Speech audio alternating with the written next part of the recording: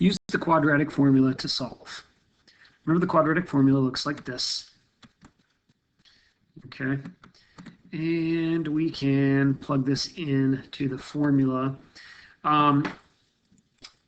So you would want to know what A, B, and C are.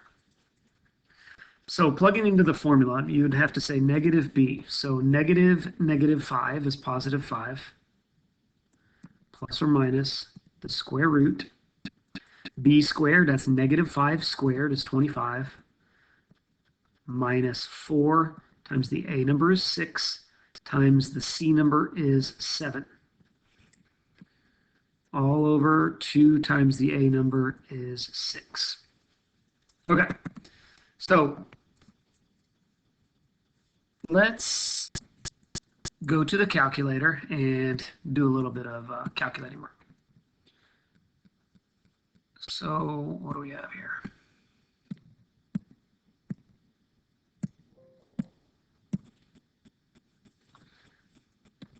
I'm going to do 4 times 6 times 7 is 168. So this right here is 168. And still inside the square root, I've got 25 minus that. 25 minus 168 is negative 143. So let's clean this up. 5 plus or minus the square root of negative 143 all over 12. Okay, now 143, I don't know if I can break that down or not. I'm not sure. So let's see, square root of 143 is 143 divisible by 9.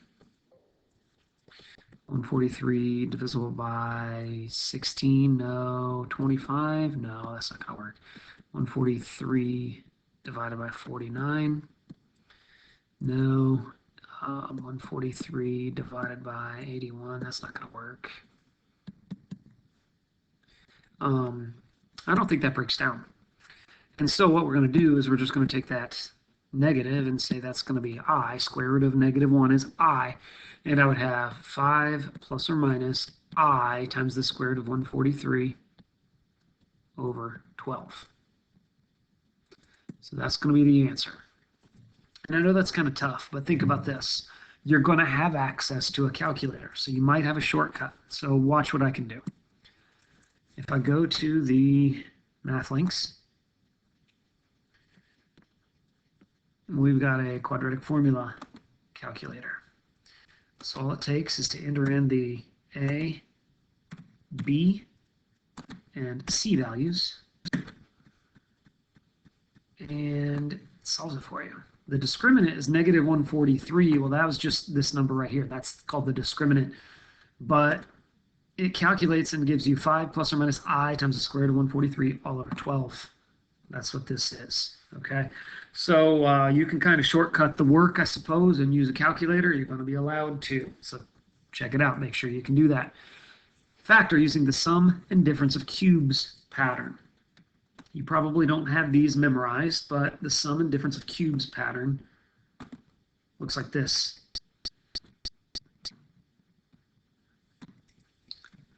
To me, the key here is understanding that this has an A value of X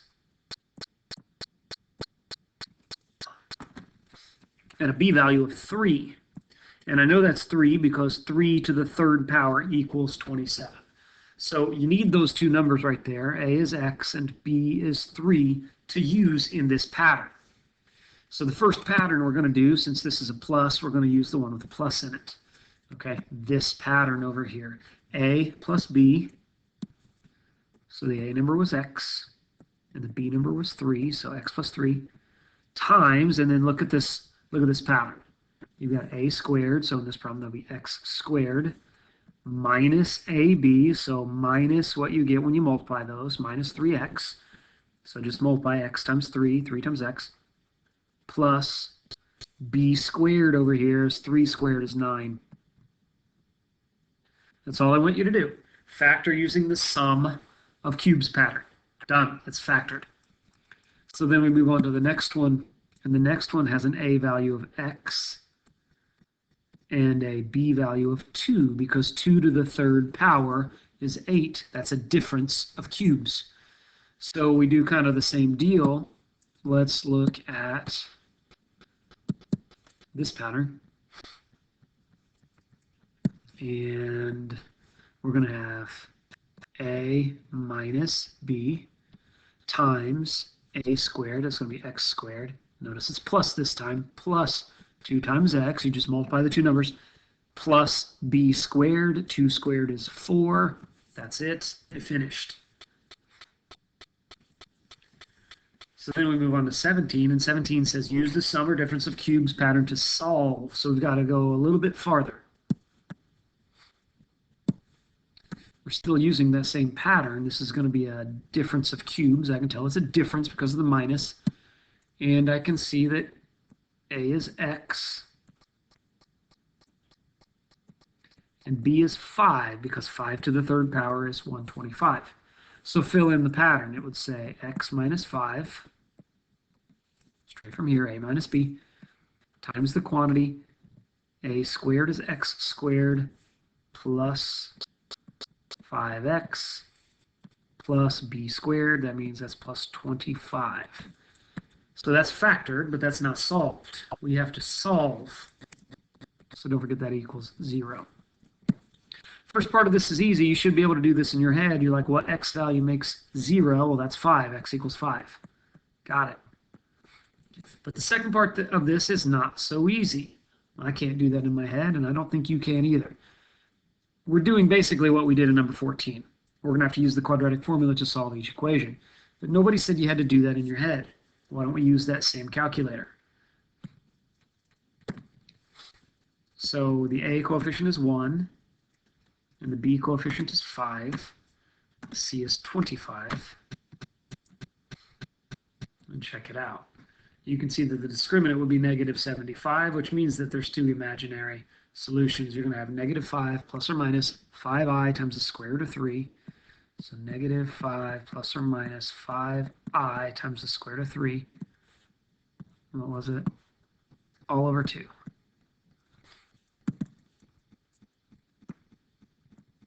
So we've got 3 solutions. That's 3, not 2. You've got 5 and negative 5 plus 5i square root of 3 over 2, and negative 5 minus 5i square root of 3 over 2.